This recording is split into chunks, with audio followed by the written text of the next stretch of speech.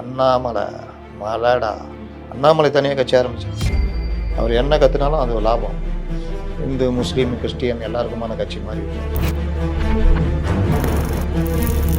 நாங்கள் 90% பேர் அதிமுகலேருந்து வர தயாராக இருக்காங்க. அதெல்லாம் வந்து ரொம்ப தேவையில்லாத. அப்போ அவங்க என்ன பண்ணுறாங்க, நீ யார், நீ எங்கள்கிட்ட வந்து எப்படி கெஞ்சி இருக்க அப்படி இப்படின்னு தொடங்குறாங்க. இந்த மாதிரி ஆட்கள்லாம் உள்ளே சேர்த்துட்டே இருக்காங்க. இது எல்லாமே தாவேகாவுக்கு நல்லதானா நல்லது இல்லை. இது தேர்தல் திணிக்கப்பட்ட இடைத்தேர்தல் அப்படின்னு புறக்கணிக்க போவதாக திமுக சொல்ல முடியும்.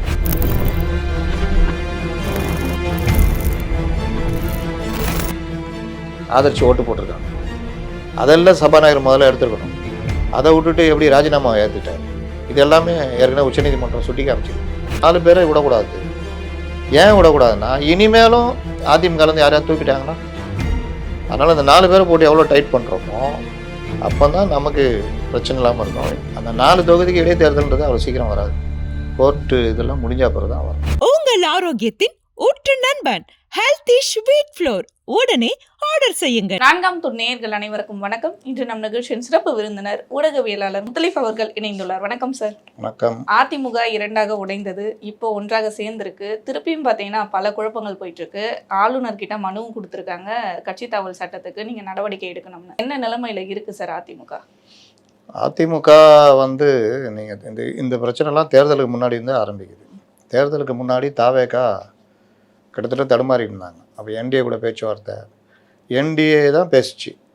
ஆனால் அனுமதி வாங்க வேண்டியது பெரிய கட்சி அதிமுக. அப்போ வந்து 90 இடங்கள் துணை முதல்வர்னு கேட்டு 70 இடங்கள் வரைக்கும் கூட ஓகே துணை முதல்வர். அதில் அவர் ஒத்துக்காமல் போனதுனால அவர்கள் தனியாக நிற்கணும், வேறு வழி இல்லாமல் தனியாக நின்னாங்க. காங்கிரஸ் கூட சேர்ந்து நிற்கலான்னு பார்த்தா காங்கிரஸை மறுபடியும் அவங்க தட்டி தூக்கிட்டாங்க. அதனால் தனியாக நின்னாங்க. யாரும் எதிர்பார்க்காத முடிவு. அதற்கு பிறகு ஜெயிச்ச உடனே 108ன்னு பெரிய கட்சி அதிமுக ஏற்கனவே பேசியிருக்கோம். அங்கே போய்ட்டா ஒரேடியாக பிரச்சனை தீர்ந்துடும்ன்ற மாதிரி பேசினா, அப்போது இவர் கொஞ்சம் லைட்டாக சொலங்க காட்டினோன்னா காங்கிரஸ் டக்குன்னு மாதிரி உள்ளே போட்டாங்க. காங்கிரஸ் உள்ளே போனோன்னா அதை வலுப்படுத்துறதுக்கான வேலையை ராகுல் பண்ண ஆரம்பிச்சிட்டாரு. இடதுசாரிகளை இழுத்து போடுறது உள்ள முஸ்லீம் லீக்கு அது இதுன்னொன்னா டிஎம்கே கூடாரம் காலி ஆகிடுச்சு. இவங்க ஸ்ட்ராங் ஆகிட்டாங்க. அந்த நேரத்துலையும் இந்த பிரச்சனைக்கு ஒரு சைட் சப்போர்ட் மாதிரி அதிமுகவில் ஒரு பிரிவு தாவேகாவுக்கு உதவி பண்ணணும்னு கிளம்பிடுச்சு. அதுக்கு முக்கிய காரணம் தாவேகா காங்கிரஸ் கூட்டணி வந்தோன்னா சார் அவங்க ஆட்சி அமைக்கிறதா அப்படின்ட்டு ஏடிஎம்கே டிஎம்கேவை பேச வச்சாங்க. மேலேருந்து பேச வச்சு அது ஒரு பெரிய தலை போய் என்ன சொல்லுவாங்க, கட்டுத்தலை ஊர்கட்டு, அந்த பெரிய தலை போய் பேசி 2 பேரும் ஆட்சி அமைக்கிற மாதிரி முடிவு வந்தது. ராகுல் கருத்து விட்டாப்புல. இடதுசாரிகள் 4 பேர் அங்கே போனோன்னா ஒன்றும் முடியல. அது ஊருக்கே தெரியும். நம்ம ஊர்லேருந்து எல்லாருமே அதை ஒத்துக்கிட்டாங்க. அப்புறமா திருமாவளவன்லேருந்து காதர் மொய்தீன்லேருந்து எல்லாரும் பேச்சுவார்த்தை நடந்து ஒத்துக்கிட்டாங்க. அப்போ இந்த விவகாரத்தில் தான் அங்கே ஏடிஎம்குள்ளே ஒரு பிளவு வருது. இந்த மாதிரி முடிவு எடுக்கிறீங்களா அப்படின்னு, நம்ம தாவேகா ஆதரிக்கலாமே அப்படின்னு. அதில் பிரச்சனை வரும்போது தான் ஒரு 25 பேர் வந்து ஆதரிக்கிறாங்க. தாவேகாவுக்கு ஜாலி. இதை காமிச்சு அவங்கள ஸ்ட்ராங் பண்ணிட்டு, என்ன வரீங்களா இல்லையா மந்திரி சபைக்குள்ளே அப்படின்னோன்னா கொஞ்சம் அப்படியே வந்துட்டாங்க. வந்தோன்னா படு ஸ்ட்ராங் ஆகிட்டாங்க. மந்திரி சபை ஒன்ஸ் உள்ளே வந்துட்டானா அவன் வெளியே போக மாட்டான். அப்போ அவர்களுக்கு ஒரு அலட்சியம் தாவேகாவுக்கு, இவர்களுக்கு உதவி நமக்கு தேவையில்லைன்ற மாதிரி. அந்த நேரம் இவங்களுக்கும் ஒரு பெரிய சிக்கல், நமக்கு மந்திரி பதவி தரல, இனிமேல் தருவாங்களா மாட்டாங்களோ. இன்னொரு பக்கம் கட்சி தாவல் தடை சட்டம் எடுக்கணும், இவங்க மேலே தகுதி நீக்கம் பண்ணணுன்னு ஏடிஎம்கே போட்டு நெருக்குது. சபாநாயகர் தான் காப்பாற்றிட்டு இருக்காரு. சபாநாயகர் நினச்சா தகுதி நீக்கணும், முடிஞ்சது கதை. தகுதி நீக்கன்னா மறுபடியும் தேர்தல் நிற்கணும், என்ன ஆகுறது? எல்லாமே லாபம் நஷ்டம் தானே வாழ்க்கை. நம்ம இவ்வளோ செலவழித்து ஜெயிச்சிட்டோம். சரி தாவேகாக்குள்ளே போனால் ஏதோ தேத்திக்கலாம், 4 பேர் 5 பேர் அமைச்சர், மீதி ஆள் நம்ம ஆளுங்க அமைச்சிருந்தா ஏதோ பார்த்துக்கலாம் அப்படி இப்படி. எதுக்குமே வழி இல்லை. தகுதி நீக்கம் வேறு வர்ற மாதிரி இருக்குது. தாவேகாவும் கண்டுக்கல. சரி திரும்பவும் நம்ம ஏடிஎம்கே போயிடலான்னு ஒரு டீம் அப்படியே பல்ட்டி அடித்த உடனே கொஞ்சம் பேருக்கு பிரச்சனை இதாகுது. இதை தான் தாவேகா பயன்படுத்துகிறாங்க. சரி வாங்க நான் உங்களை நிற்க வச்சு ராஜினாமா பண்ணுங்க, உங்களை நிற்க வச்சு இதை நாங்கள் எம்எல்ஏ ஆக்குறேன்னு ஏதோ சில ஏற்பாடுகள் பேச்சுவார்த்தைகள் 4 பேர் போய் சேர்ந்துடுறாங்க. மீதி ஆட்கள் இதுக்கப்புறம் விட்டா சிக்கல்னு உடனடியாக அந்த குழுவை கூப்பிட்டு இணைஞ்சிடுறாங்க. 2 பேர் மட்டும் இது லீடர்ஸ் தடுமாட்டத்தில் இருக்காங்க. நான் ஏன் மன்னிப்பு கேட்கணும், அவங்க தான் தப்புனாங்க அப்படின்னு சிவி சண்முகம் ஒதுங்கியிருக்காரு, விஜயபாஸ்கரும் ஒதுங்கியிருக்காரு. அப்போ இதில் 4 பேர் எல்லார் மேலேயும் தகுதி நீக்க லெட்டர் திருப்பி வாங்கிட்டாங்க. 4 பேரை விடக்கூடாது. ஏன் விடக்கூடாதுன்னா, இனிமேலும் அதிமுகலேருந்து யாரையாவது தூக்கிட்டாங்கன்னா, அதனால் இந்த 4 பேரை போட்டு எவ்வளோ டைட் பண்ணுறோமோ அப்போ தான் நமக்கு பிரச்சனை இல்லாமல் இருக்கும். இன்னொன்று, இந்த 4 பேரை எப்படி விட்றது? ஆதரித்து ஓட்டு போட்டிருக்காங்க. அதெல்லாம் சபாநாயகர் முதல்ல எடுத்துருக்கணும். அதை விட்டுட்டு எப்படி ராஜினாமாவை ஏற்றுக்கிட்டாரு? ராஜினாமா இப்படி பண்ணிவிட்டு மேலே போய் எப்படி அவங்க உடனே கட்சியில் சேர முடியும்? இது எல்லாமே ஏற்கனவே உச்சநீதிமன்றம் சுட்டி காமிச்சிருக்கு. ஏன்னா இங்கே இன்னொரு கேள்வியும் வருது இல்லை சார், இப்போ கட்சி தாவல் சட்டை திட்டம் வந்து போட்டுட்டாங்க, சபாநாயகர் அவர்கள் அந்த முடிவு எடுத்துட்டாருன்னா என்ன மாதிரியான பிரச்சனைகள் வந்து அதிமுகவுக்கு வரும்? அப்படி எடுக்கலை, விட்டு கொடுத்துட்டாரு, இல்லை ஒரு முறை லாஸ்ட் வார்னிங் கொடுத்து விட்டாருன்னா என்ன மாதிரியான பிரச்சனை இது தாவே என்ன ஸ்கூலில் லேட்டாக போகிற விஷயமா? இது லாஸ்ட் வார்னிங் 4லேருந்து கரெக்டாக வரணும், அதெல்லாம் கிடையாது. கட்சியை விட்டு நீங்கள் கட்சி தாவல்னு எதை உச்சநீதிமன்றம் பார்க்குதுன்னா, ஒரு கட்சி நீங்கள் கொறடா பற்றி பேசுவாங்க. கொறடான்றது 2ஆம் பட்சம். மதர் பாடி எதுனா ஏடிஎம்கே. அதில் நீங்கள் A form B form fill பண்ணி ரெட்டையில் நின்று ஜெயிச்சு வந்திருக்கீங்க. நீங்கள் அதை மீறி கட்சி உத்தரவை மீறி தாவேக்காக ஆதரவு கொடுத்துட்டீங்க. அதில் 19 பேர் திரும்பி போயிட்டாங்க, அவங்கள ஏற்றுக்கிட்டாங்க. அவங்க மேலே இவங்க இது பண்ண மாட்டாங்க. ஆனால் மீதி ஆட்கள் மேலே கட்சி தாவல் தடை சட்டத்தை நடவடிக்கை எடுத்தாகணும். ஏற்கனவே கொடுத்த லெட்டர் இருக்குது. அப்போ இந்த 4 பேர் மேலே கடுமையாக நடவடிக்கை எடுக்கணும். ஏற்கனவே இவர்கள் ஆதரிச்சிட்டாங்க. ஆதரிச்சதும் இல்லாமல் இவர்கள் வந்து போய் சபாநாயகர்கிட்ட ராஜினாமா லெட்டர் கொடுக்குறாங்க அப்படின்னு. இந்த 2 விவகாரத்துலையும் உச்சநீதிமன்றம் ஏற்கனவே தெளிவாக ஒரு விஷயம் சொல்லியிருக்குது. நீங்கள் சொன்ன மாதிரி மன்னிச்சுலாம் விட மாட்டாங்க. கட்சி தாவல் என்பது சபைக்கு கட்சி என்ன உத்தரவிடுதோ அதை செய்யணும். அதுக்கு எதிராக செஞ்சால் கட்சி தாவல். இல்லை நான் எதிராக செய்யலை, நான் வராமல் இருந்துடுறேன், அதில் நீ தப்பிச்சிக்கோ அப்படின்னு முடிவெடுத்தாலும் அதுவும் கட்சி தாவல். அப்போ இந்த புகாரை பேரண்ட் பாடி அதிமுக கொடுத்துக்கிட்டுனா அதை சபாநாயகர் பரிசீலிக்கலாம், இல்லை வச்சுக்கிட்டு ஊற போடலாம். ஆனால் ராஜினாமா பண்ணிவிட்டு கடிதத்தை கொண்டு வந்து தர்றாங்கன்னா அப்போ ராஜினாமா ஏற்படுறீங்களா, இல்லை கட்சி தாவலை முதல் புகாராக எடுக்கிறீங்கன்னா கட்சி தாவலை தான் முதல் புகாராக எடுக்கணும் அப்படின்னு உச்சநீதிமன்றம் உத்தரவு போட்டிருக்கு. ஆனால் இங்கே சபாநாயகர் ராஜினாமாவை ஏற்றுக்கிட்டார்.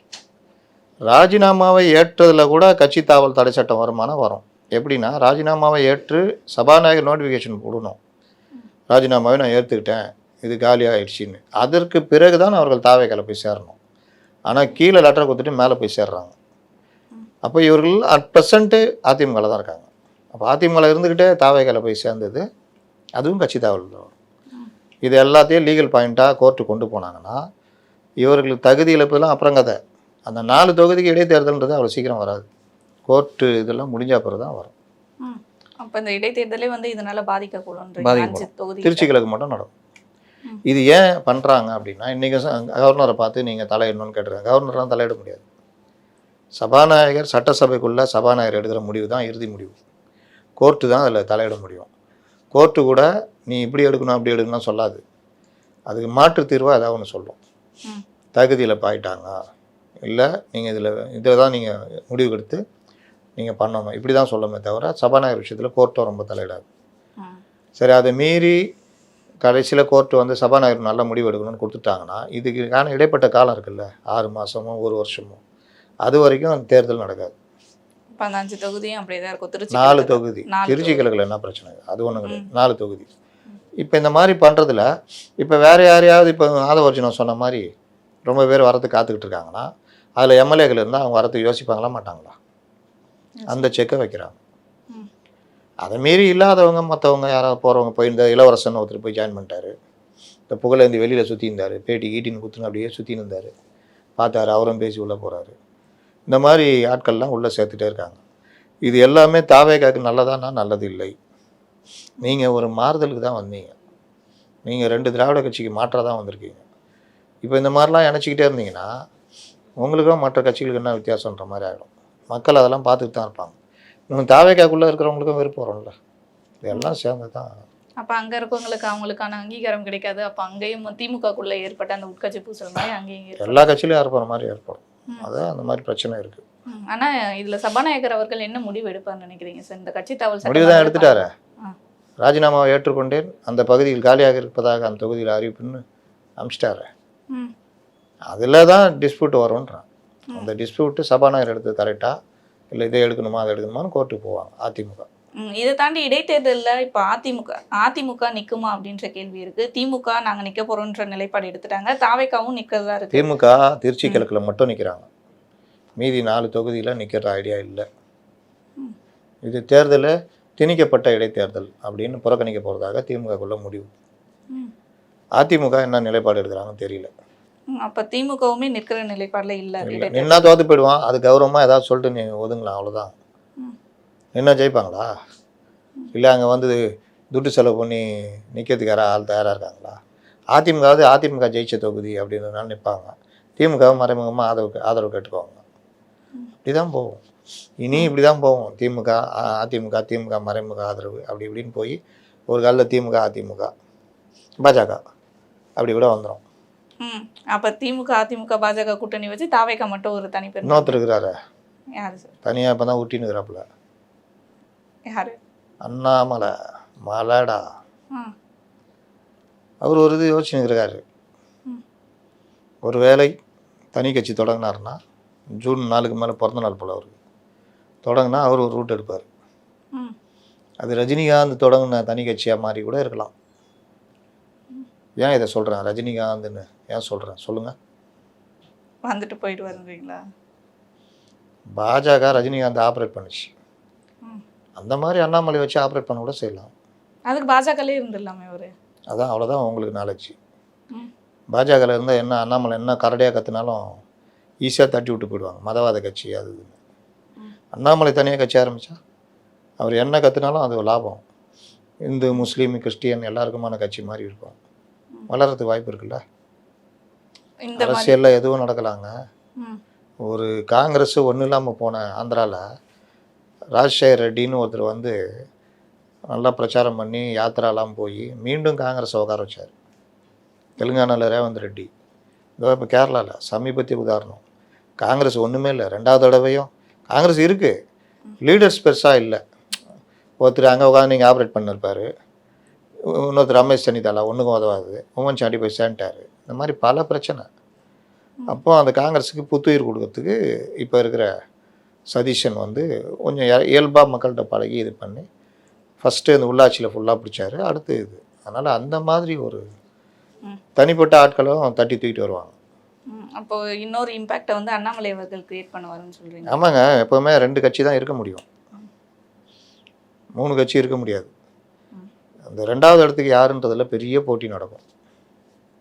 அந்த போட்டி தான் குறி. தற்காலிகத்துக்கு முதல் இடம் வந்து தாவேகா தான். 2வது இடத்துக்கு யார்? திமுகவா அதிமுகவா? அப்போ ஏதாவது ஒன்று காலி ஆகும். இல்லாட்டி 2 பேரும் இணைவாங்க. வெஸ்ட் பெங்கால் மாதிரி இணைஞ்சு ஒன்றும் இல்லாமல் போவாங்க. அப்போ ஒரு இன்னொருத்தர் நடுவில் பூந்து ஆட்சி தூக்குறாரு வச்சுக்கிங்க. நீங்கள் என்ன பேசுகிறீங்க, என்ன நடக்கிறீங்க, இளைஞர்களை எப்படி கவர்றீங்க, பிரச்சனை எப்படி எடுத்து பேசுகிறீங்க, அதெல்லாம் இருக்குல்ல.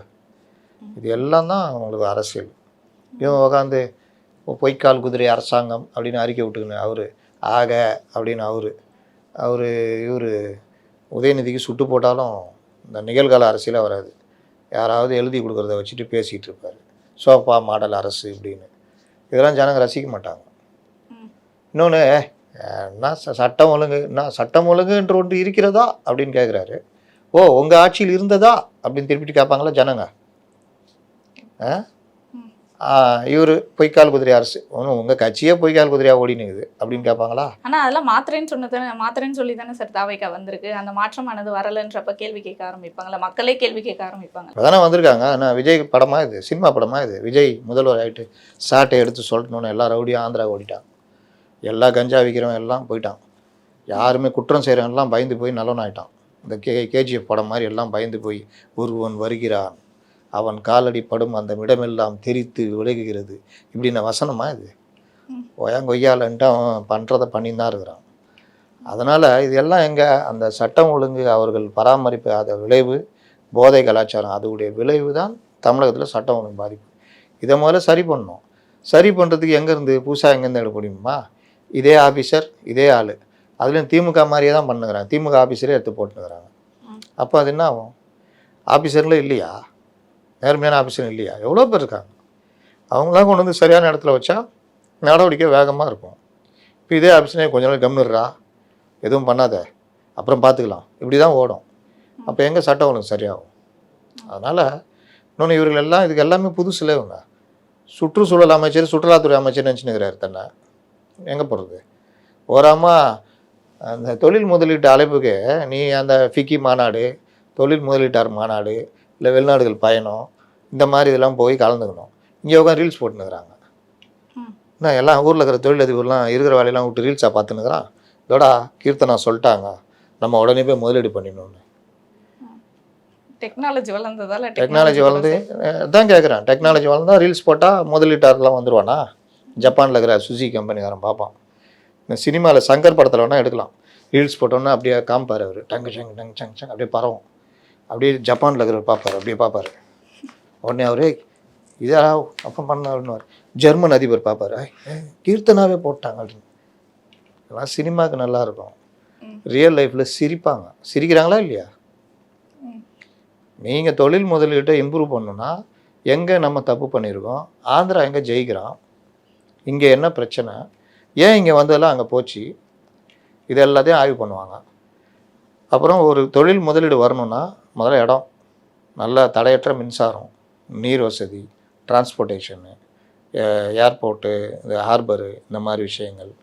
அப்புறம் சிங்கிள் விண்டோ சிஸ்டம், உங்களுக்கு எல்லா இதுவும் உடனடியாக நிறைவேற்றி தந்து டக் டக் டக்குன்னு வேலை ஆகுது. அப்புறம் இந்த தொழிலாளருக்கு பிரச்சனை இல்லாமல், லோக்கல் பாலிடிக்ஸு இது இல்லாமல், கமிஷன், இதெல்லாம் என்னென்ன பிரச்சனைகள் எல்லாத்தையும் கலைஞ்சால் உங்களுக்கு முதலீடு தானாக வரப்போகுது. பல முதலீடு இங்கே வராமல் இப்போ லேட்டஸ்ட்டாக என்ன சொன்னாங்க, சோலார் பேனல். இங்கே வந்தவன் எல்லாம் ஓடிப்பிட்டான், வரவே மாட்டேங்கிறான். ஏன்? கமிஷனு, இவ்வளோ கமிஷன் கூட அவ்வளோ கமிஷன் ஒன்றா ஓடிப்பிட்டான். நம்ம இப்போ மின்சாரத்தில் உட்காந்து தடுமாறிட்டு இருக்கோம். சோலார் பேனல் கொண்டு வந்தால் ஜிகாவாட்டில் நமக்கு வரும் மின்சாரம். இயற்கையாக நமக்கு சூரிய ஒளி பிரச்சனையே இல்லை. 2 மாதம்தான் வருஷத்தில் நமக்கு மழை, மற்றபடி 10 மாதம் பிரச்சனையே இல்லாமல் சூரிய ஒளி மின்சாரம் தயாரிக்கலாம். அதுக்கு முதலீட்டாளர் ரெடியாக இருக்கான். அவன்கிட்டே கமிஷன் கேட்டு இது பண்ணியிருந்தா வாப்பனா வந்துச்சா இல்லையா? போன மாதம்லாம் இந்த பிரச்சனை இந்த மாதிரிலாம் நடக்குது. இப்படி தான் இதை சரி பண்ணுவாங்களா, ரீல்ஸ் போட்டுக்கிட்டு இருப்பாங்களா? இவங்களுக்கு எல்லாத்துக்குமே டக்குன்னு கிடச்சிச்சு. அப்போது அதோடைய இது தெரியல, அவங்களுக்கு அருமை தெரியல. இதே மாதிரியே நம்ம காலத்தை தள்ளலாம்னு நினைக்கிறாங்க. அதெல்லாம் நடக்காது. கொஞ்சமாவது வேலை செய்யணும். வேலைன்றது நாலேஜிபுளாக செய்யணும். அதே மாதிரி போன கவர்மெண்ட் இருந்ததே, எல்லாம் பண்ணியாச்சு. அப்புறம் அதெல்லாம் ஒன்றும் பிரச்சனை இல்லை சார், ஒன்றும் பிரச்சனை இல்லை. அப்புறம் இது அது நான் பார்த்துக்கிறேன் சார், ஒன்றும் பிரச்சனை இல்லை. அப்புறம் இது சரி, நான் என்ன பண்ணோம் சார், அங்கே ஒரு பைக் இருக்குது, அது ஒரு 2 முறுக்கு முறுட்டி போயிடலாம் சார். அப்படியா? முறுக்குனா ஒன்றும் பிரச்சனை இல்லை சார். சரி ரைட்டு, என்ன காஸ்டியூம் போட்டு வரணும் சார்? அது அங்கே உங்கள் ஸ்ட்ராட்டஜி டீம்கிட்ட கேளுங்க சார். சார் நீங்கள் இதில் உங்களை மாதிரியே சவுப்பு பண்ணின்னு கருப்பு பேண்ட்டு ஓட்டாங்க சார். போட்டு 2 முறுக்கு நல்லா இருக்கா? நல்லா இருக்குது. இன்னும் 2 முறுக்கு சார். நல்லா இருக்கா? நல்லா இருக்குது. போ. இதான் நடந்துச்சு. முறுக்கை விட்டு அவன் வேலையை பார்த்துட்டு போயினான்ட்டான். இது ஜெயலலிதா நடக்குமா? மேடம் இங்கே வாங்க, இந்த காரை 2 காலில் வச்சு ஆக்சிலேட்டர் வச்சு 2 அழுத்துங்கன்னா நீ இங்கே வா, பழின்னு ஒன்று வைப்பாங்க. ஓடு. யார்கிட்ட வந்து என்ன பண்ணிகிட்டு இருக்கிற நீ? நான் என்ன கேட்குறேன், நீ என்ன பண்ணுற அப்படின்னு. அந்த ஃபைல் என்னாச்சு, அது கொண்டு வா. இது என்னாச்சு, ஃபுல்லாக படிப்பாங்களாம் ஜெயலலிதாலாம். படித்து கிராமர் மிஸ்டேக் இருந்தால் அந்த அதிகாரி கூப்பிட்டு இது என்ன இங்கிலீஷ் எங்கே படிச்சிங்க நீங்கள், இந்த இடத்துல இது போடக்கூடாது தெரியுமா, இது போடணும் அப்படின்னு. அவன் ஐஏஎஸ் பார்ப்பான், ஐயோ நம்ம என்ன இது பண்ணால் இவங்க அதுக்கு மேலே இருக்கிறாங்களான்னு. அந்த அளவுக்கு கிராமர் மிஸ்டேக் பார்க்குறவங்க டெக்னிக்கல் எரர்லேருந்து பல விஷயங்கள் பார்ப்பாங்களா மாட்டாங்களா? அதுதான் ஜெயலலிதா. கலைஞர் அவர் அதுக்கேற்ற மாதிரி இருந்தார். இங்கே அப்படிலாம் கரெக்டாக இருக்கா? கரெக்டாக இருக்குது. அப்புறம் இது காஸ்டியூம், என்ன காஸ்டியூம்? காக்கி பேண்ட் வெள்ளை சட்டை சார். ஏன் சார்? அது விஜய் கூட அதான் போடுறாரு, நம்மளும் அதே மாதிரி போட்டால் யங் ஃபீலிங் கிடைக்கும் சார், யங்ஸ்டர்ஸ் வரும். ஓ அப்படியா? சரி, அந்த பசங்க 2 பேர் ரீல்ஸ் போட்டாங்களா, அவங்கள வர சொல்லிட்டீங்களா? வர சொல்லிட்டேன். என்ன ஆச்சு? எல்லாம் முட்டு சந்தில் கொண்டு விட்டு ஓடிப்பிட்டான். அதாவது அதிகாரிகள் கிட்ட அந்த பொறுப்பை கொடுத்ததால தான் இந்த அளவுக்கு. அதிகாரிகள் கிட்ட பொறுப்பை கொடுத்து தான் ஆகணும்.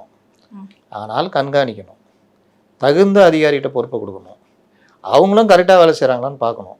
நம்ம மேலே பயம் இருந்துன்னே இருக்கணும். இந்த ஸ்டாலின் கூட இருந்த எல்லா அதிகாரியும் இன்னைக்கு நான் கேட்டால் போயிட்டாங்க. எல்லாம் நல்ல பொறுப்பில் இங்கே வந்து உக்காந்துட்டாங்கல்ல. இந்த கவர்மெண்ட்டில் அதே மாதிரி ஃபைல் தூக்கிட்டு சார் பண்ணிருக்காங்களா இல்லையா? அவரு பாவங்க நேற்று போகிறாரு கர்நாடகாவில், வெளியில் வந்து பார்க்குறாரு, ஒருத்தரை காணும், செக்யூரிட்டி மட்டும் ஒரு 3 பேர் நிற்கிறான், ஒரே ஒருத்தர் மட்டும் ஒரு புக்கு கொடுக்குறான். அவ்வளோதான். அவன்கிட்ட போய் ரொம்ப இதாக வாங்கிக்கிறப்பா, நீ ஒரு ஆள் அதை வந்து கொடுப்பாப்பா அப்படின்னு வாங்கி மரமொன்றை கொடுக்குறாரு. ஒரு ஆள் இல்லை, கட்சிக்காரன் யாருமே இல்லை. இதுதான் வாழ்க்கை. இப்போ தான் அவருக்கு புரிய ஆரம்பிச்சிருக்கும். அவர் வந்தால் என்ன சொன்னாங்க, போன எலெக்ஷனுக்கு முன்னாடி ஒருத்தர் வெளியே போட்டார், எங்கே போனாலும் எங்கள் தங்க தலைவனுக்காக கூடுகின்ற கூட்டம், இதுதான் தமிழகம், இதுதான் எதிர்கால தமிழகம்னு ரீல்ஸ் போட்டானுங்க. ஆனால் இவங்க சொல்லுவாங்க நாங்கள் ரீல்ஸ் போடல, நாங்கள் வந்து சமூக வலைதளத்தில் இல்லை, அதை வச்சு தான் அவங்க வந்துட்டாங்கன்னு. ஆனால் இந்த வேலையெல்லாம் பண்ணாங்களா? இன்றைக்கி வந்தால் இன்னைக்கு போடுவாங்களா? ரீல்ஸ் எடுக்கிறவங்க கூட இல்லை. இந்த இதெல்லாம் ஜிம்புலாம் தூக்கின்னு ஓடுவாங்களே பின்னாடி, அவனும் கூட இல்லை கர்நாடகாவில். இவர் பின்னாடி மாப்பிள்ளை, அதுக்கு பின்னாடி இவர் மகன், உதயநிதி 3 பேரும் மட்டும் போய் வண்டியில் ஏறி போகிறாங்க. இதாங்க வாழ்க்கை. இது எல்லா தலைவர்களும் அனுபவிச்சிருக்காங்க, அப்புறமா திருந்திருக்காங்க. இதை நம்ம சொன்னால் அதை ஏற்றுக்கிறது கிடையாது. இருக்கிறப்ப வர்ற அந்த கும்பல் இருக்குதுல்ல, அதை தான் உலகம் நம்புறது. ஜனங்க நினச்சா அங்கே தூக்கி வைப்பாங்க, கீழே இறக்கி விட்ருவாங்க. ஆனாலும் விஜய் அவர்கள் ஆட்சி எடுத்து 1 மாத காலம் முடிய போகுது. இன்னுமே வந்து எம்எல்ஏக்களை கூப்பிட்டு வர்றதும், அவங்க வந்துட்டு திருப்பி போகிறதும், அவங்க அடுத்தவங்க ஆதரவை தேடிக்கிட்டே இருக்காரு. ஏன் சார்? அவருக்கு ஒரு பயம் இருக்குல்ல, இந்த 2 பேர் இவங்களாம் இருக்காங்கல்ல, அவங்க எதப்பா கை விட்டாங்கன்னா சிக்கலாகிடும்ல அப்படின்னு பார்க்குறாங்க. அதுக்கு நீங்கள் ஒரு டிஃபால்ட்டாக இவங்கள வச்சுக்கணும், ஏடிஎம்கேவை. அதற்கான வேலையை பண்ணணும். அதை விட்டுட்டு ஏடிஎம்கில் வந்து எங்கே ஏமாந்தவன் கிடைக்கிறான்னு பார்த்துட்டு அங்கேருந்து ஆள் பிடிக்கிற வேலை, அதை வேற நியாயப்படுத்திட்டு தெனாவட்டாக பேட்டி கொடுக்குறாரு. நீங்கள் நல்லா புரிஞ்சுக்கிங்க, விஜய் பேசாமல் இருக்கிறது ரொம்ப நல்லது. அறிக்கை வர்றது, பேட்டி கொடுக்கணும். முதல்வர் பேட்டி கொடுக்காட்டியும் பரவாயில்ல, சில இடங்களில் கொடுத்தா வர வேண்டியதில் கொடுக்கணும். ஆனால் பேசுகிறேன்ற பேரில் எனக்கு என்னென்னு பேசுறது இருக்குல்ல, அதுவும் சிக்கலை கொண்டு வந்து விடும். அதை ஒரிஜினல் அந்த வேலையை பண்ணிக்கிட்டு இருக்காரு. மற்ற அமைச்சர்கள் பாருங்கள், துறை சார்ந்து கரெக்டாக போயின்னு இருக்காங்க, பேசுகிறாங்க. இவர் பொலிட்டிக்கலாக பேசிக்கிட்டு நாங்கள் 90% பேர் அதிமுகலேருந்து வர தயாராக இருக்காங்க. அதெல்லாம் வந்து ரொம்ப தேவையில்லாத வேலை. அப்போ அவங்க என்ன பண்ணுறாங்க, நீ யார், நீ எங்கள்கிட்ட வந்து எப்படி கெஞ்சி இருந்த அப்படி இப்படின்னு தொடங்குறாங்க. அதனால் இந்த மாதிரி விஷயங்களும் ஜனங்க கவனிச்சிட்டே இருப்பாங்க. எப்படி கொண்டு போயிடுவாங்கன்னா, விஜய் நல்லவர், இவர் தான் கூட வரவர் தான் கெடுக்கிறான்ற மாதிரி பண்ணுவாங்க. இது நாள் பட விஜய் காதுக்கே போச்சுன்னா ஒரு கட்டத்தில் தான் தப்பிச்சிக்கிறதுக்கு கழட்டி விடவும் தயங்க மாட்டார். ஏன்னா இப்போ அரசியலை வந்து நீங்கள் என்ன லாட்ரி வியாபாரமாக மாற்றிட்டு இருக்கீங்களான்னு பல விமர்சனம் வந்துட்டு இருக்கு. டிஎம்கே திட்டமிட்டு பரப்பிக்கிட்டு இருந்து வச்சுக்கோங்க. நீங்கள் அந்த மாதிரிலாம் லாட்ரி வியாபாரம்னா லாட்ரிக்கிட்ட காசு வாங்கினதை இவங்க தான் அதிகம். அதாவது இந்த பேரம் பேசுறது அது எல்லாமே அதை பேரம் பேசலாம். நான் தான் சொல்கிறேன்னே, அதிமுகவில் இருக்கவங்களுக்கு இந்த என்னென்ன பிரச்சனை வந்து சொன்னோம்ல, அதில் பயந்து போய் வந்தவங்க தானே. அப்படி பேரம் பேச இருந்தால் 25 பேரை வச்சுட்டு 7 பேரை பேரம் பேசி கொண்டு வந்துருக்கலாமே. 32 ஆக்கியிருந்தா எஸ்பி வேலுமணி டீம் ஸ்ட்ராங்காக இருக்குமே. அங்கே அது நடக்கலையே. பணம் விஷயம் எல்லா இடத்துலையும் பணம் போய் சாதிக்காது. அப்படி சாதிச்சிருந்தா 19 பேரும் திரும்பி மறுபடியும் ஏடிஎம்கே போகிறான். அவன் கட்சி நம்ம கட்சி பெரிய கட்சி, நம்ம கட்சியில் இருக்கணும் தான் நினைக்கிறான். அதனால் அது கிடையாது. அதை தாண்டி நடக்கிற விஷயங்கள் தான் இது. இவர்கள் பரம யோகியர்கள் மாதிரி இந்த விஷயங்கள்லாம் கலப்புவாங்க. லாட்ரி பணம், அந்த கோவம்லாம் இருக்குல்ல மக்களுக்கு, லாட்ரி இது அதுன்னு அப்படி கொண்டு வருவாங்க விஜய்க்கு எதிராக. கண்டிப்பாக சார். கண்டிப்பாக விஜய் அவர்கள் இதெல்லாம் மாற்றுவார், அவர் கட்டமைப்புக்குள்ளே வரும் நம்புவோம் சார். தொடர்ந்து பேசுவோம் பல நிகழ்வுகளை பற்றி. நன்றி.